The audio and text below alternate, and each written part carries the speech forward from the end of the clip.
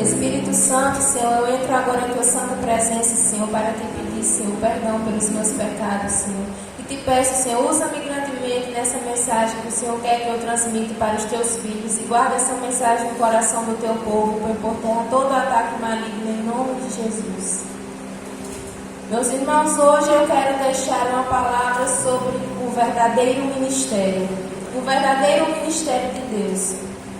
O ministério de Deus é aquela caminhada que a gente vai caminhar sobre Deus. Por quê?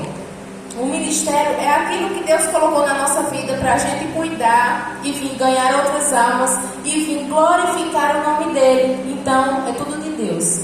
E a passagem se encontra em 2 Coríntios, capítulo 6, versículo 3 em diante, que diz: vivemos de forma que ninguém tropece por nossa causa, nem tenha motivo para criticar o nosso ministério. Em tudo o que fazemos, mostramos que somos verdadeiros servos de Deus. Então, meus irmãos, a própria palavra diz que aqui é no tempo de Paulo e os seus seguidores também que serviam a Jesus. No tempo deles havia muitas aflições. Eles passavam por muitas aflições por causa do ministério que Deus tinha colocado na vida deles.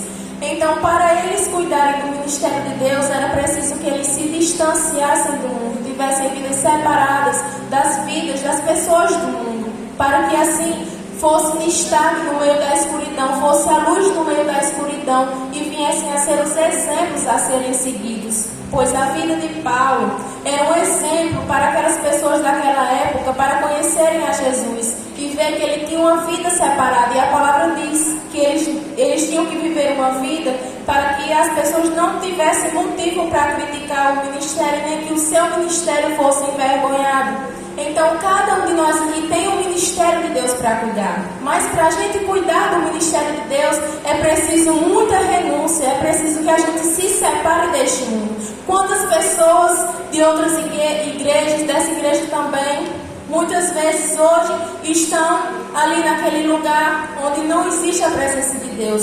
Mas muitos de nós estamos aqui hoje buscando a presença de Deus, zelando pelo nosso ministério, zelando pela nossa família, pois quando a gente coloca o Espírito Santo de Deus em primeiro lugar, todas as outras coisas vão bem. Porque Deus é o princípio de tudo. Ele é o centro, Ele é o início, Ele é o fim, Ele é o alfa, Ele é o ômega, Ele é o grandioso que nós devemos colocar no centro da nossa vida. Mais para frente na passagem diz também, no versículo 4, suportamos pacientemente aflições, privações e calamidades de todo tipo. Fomos espancados, encarcerados, enfrentamos multidões furiosas, trabalhamos até a exaustão, suportamos noites sem dormir e passamos fome. Então nós podemos ver que até fome eles passaram, entre muitas outras coisas. E hoje a gente não passa por isso para servir a Jesus. Mas antes era preciso passar por tudo isso. Antes as provas eram mais difíceis. Antes as aflições eram mais difíceis. E hoje a gente não passa por isso. Quem aqui precisa passar fome para servir a Jesus? Quem aqui precisa apanhar para servir a Jesus? Ninguém. E muitas vezes nós ainda deixamos a nossa fé esfriar, ainda deixamos o Espírito Santo em segundo plano. Antes, os seus parentes eram mortos. Antes eles eram chicoteados, eram presos, era feito de tudo que vocês imaginar.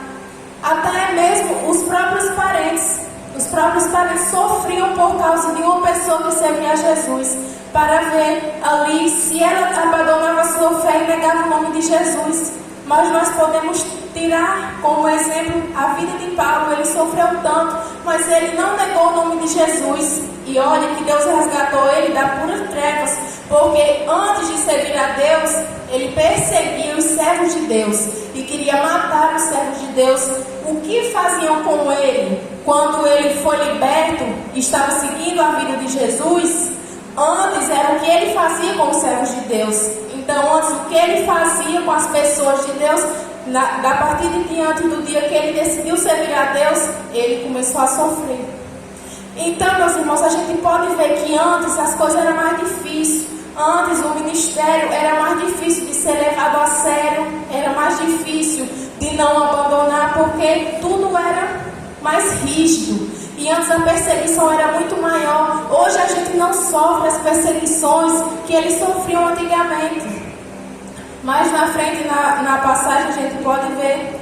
Mostramos quem somos por nossa pureza, nosso entendimento, nossa paciência, nossa bondade pelo Espírito Santo que vive em nós e por nosso amor sincero. Servimos, quer que as pessoas nos honrem, que nos desprezem, que nos difamem, que nos elogiem. Somos chamados de impostores, apesar de sermos honestos. Então, até de impostores eles eram chamados por causa do ministério que eles levavam de Jesus, a palavra de Jesus que eles espalhavam. Eles eram caluniados de todo tipo de calúnia eles sofriam. Mas hoje a gente também tem que levar uma coisa: eles eram exemplos. Então hoje nós devemos ser exemplos. Como que a gente quer que a nossa família esteja na igreja adorando a Deus junto conosco, se em casa a gente não é o exemplo? A gente deve ser o exemplo não só aqui na igreja, mas para todas as pessoas do mundo. A gente tem que levar o nosso ministério a sério, assim como eles também levavam, para que quando nós que somos luz estivermos no meio das trevas, as pessoas querem participar dessa luz junto conosco. E não a gente querer se corromper para as trevas, assim como eles. Nós devemos trazer as pessoas para cá, para a luz, e não a gente se afundar nas trevas. Pois uma vez Jesus já nos resgatou, então por que a gente vai retroceder e voltar atrás? Então, meus irmãos, vamos levar a sério o nosso ministério com Deus, porque Jesus já está voltando. Então, se a gente for desviar agora, não adianta de nada. Como é que a gente serviu a Deus até aqui e bem pertinho da volta dele a gente desistir? É como se a gente tivesse nadado e morrido na praia. Não vai ter adiantado de nada. Mas se a gente persistir até o final, a gente vai alcançar o céu, vai alcançar o galardão de Jesus. Quando Jesus vir, ele vai nos buscar, ele vai dizer que somos filhos queridos e a gente vai participar do gozo da vida lá do Rei dos céus. Então, se a gente persistir, a nossa família também vai vir para a igreja.